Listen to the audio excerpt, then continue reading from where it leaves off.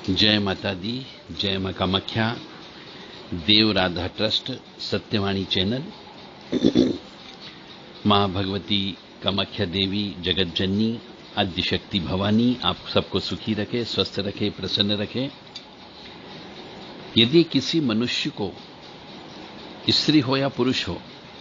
बच्चा हो, वृद्ध हो, जवान हो, ईश्वर की जब हम बात करते हैं, भगवान की जब हम बात करते हैं, पुराणों की बात जब हम करते हैं, श्री रामचंद्र जी की या काली मां की या हनुमान जी की या भैरव जी की,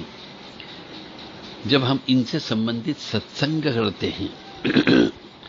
और सत्संग सुनते सुनते यदि किसी का मन बहुत भारी हो जाता है, शरीर भारी हो जाता है, उसको उबासी आने लगती है, उसके आंसू आने लगते हैं, तो समझ जाना चाहिए कि कोई न कोई शक्ति उसके साथ जुड़ी हुई है जो उसके शरीर को अपनाना चाहती है, परंतु उसके पिछले जन्म के पाप कर्म, संचित कर्म और इस जन्म के भी कुछ कर्म उस शक्ति को उस शरीर के अंदर पवन के रूप में प्रवेश करने से रोकने का काम करती है। तो यदि कोई मनुष्य अपने शरीर में पवन को बुलाना चाहता है और भक्ति मार्ग पर चल करके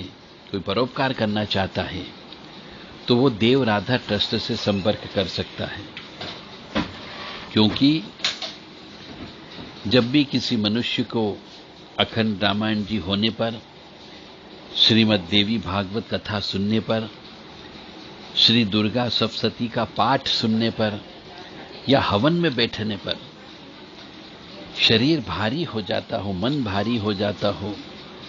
और कई बार तो वो कुछ समय के लिए अनकॉन्शियस हो जाता हो, परंतु जो पवन शरीर के साथ जुड़ी हुई होती वह बात नहीं कर पाती हो, तो मनुष्य को अपना उतारा करते रहना चाहिए, तंत्रात्मक उतारा करना चाहिए, तामसिक उतारा करना चाहिए, ताकि अपने पापों का प्रायश्चित हो सके। और तीर्थ स्थानों में जाकर के, तीर्थ स्थानों में जाकर के मनुष्य को स्नान करना चाहिए और वहां के देवी देवताओं की पूजा करना चाहिए। जैसे सप्त नदियां होती है, उन सप्त नदियों में जाकर के स्नान करके वहां पर जो देवी देवता बैठे रहते हैं उनकी पूजन अर्चन करना चाहिए। सप्त सागर बताए गए हैं, उन सप्त सागर में जाकर के स्नान करना चाहिए और वहां पे जो शक्ति बैठी रहती है उनकी पूजन अर्चन करना चाहिए। इससे वो पापों का प्रायश्चित होता है। श्राद्ध पक्ष में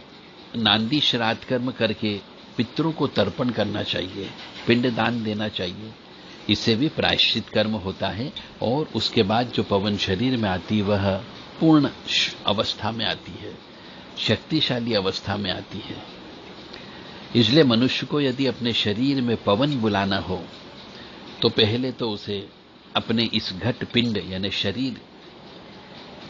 की शुद्धता, स्वच्छता, पवित्रता का ध्यान रखना चाहिए, पूजन अर्चन समय पे करना चाहिए, सही संगत करना चाहिए, तीर्थ यात्रा करना चाहिए, तीर्थों में जाकर के स्नान करना चाहिए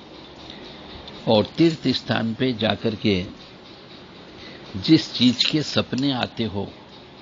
उस चीज से संबंधित पूजन अर्चन करना चाहिए, उस देवी देवता की पूजन अर्चन करना चाहिए।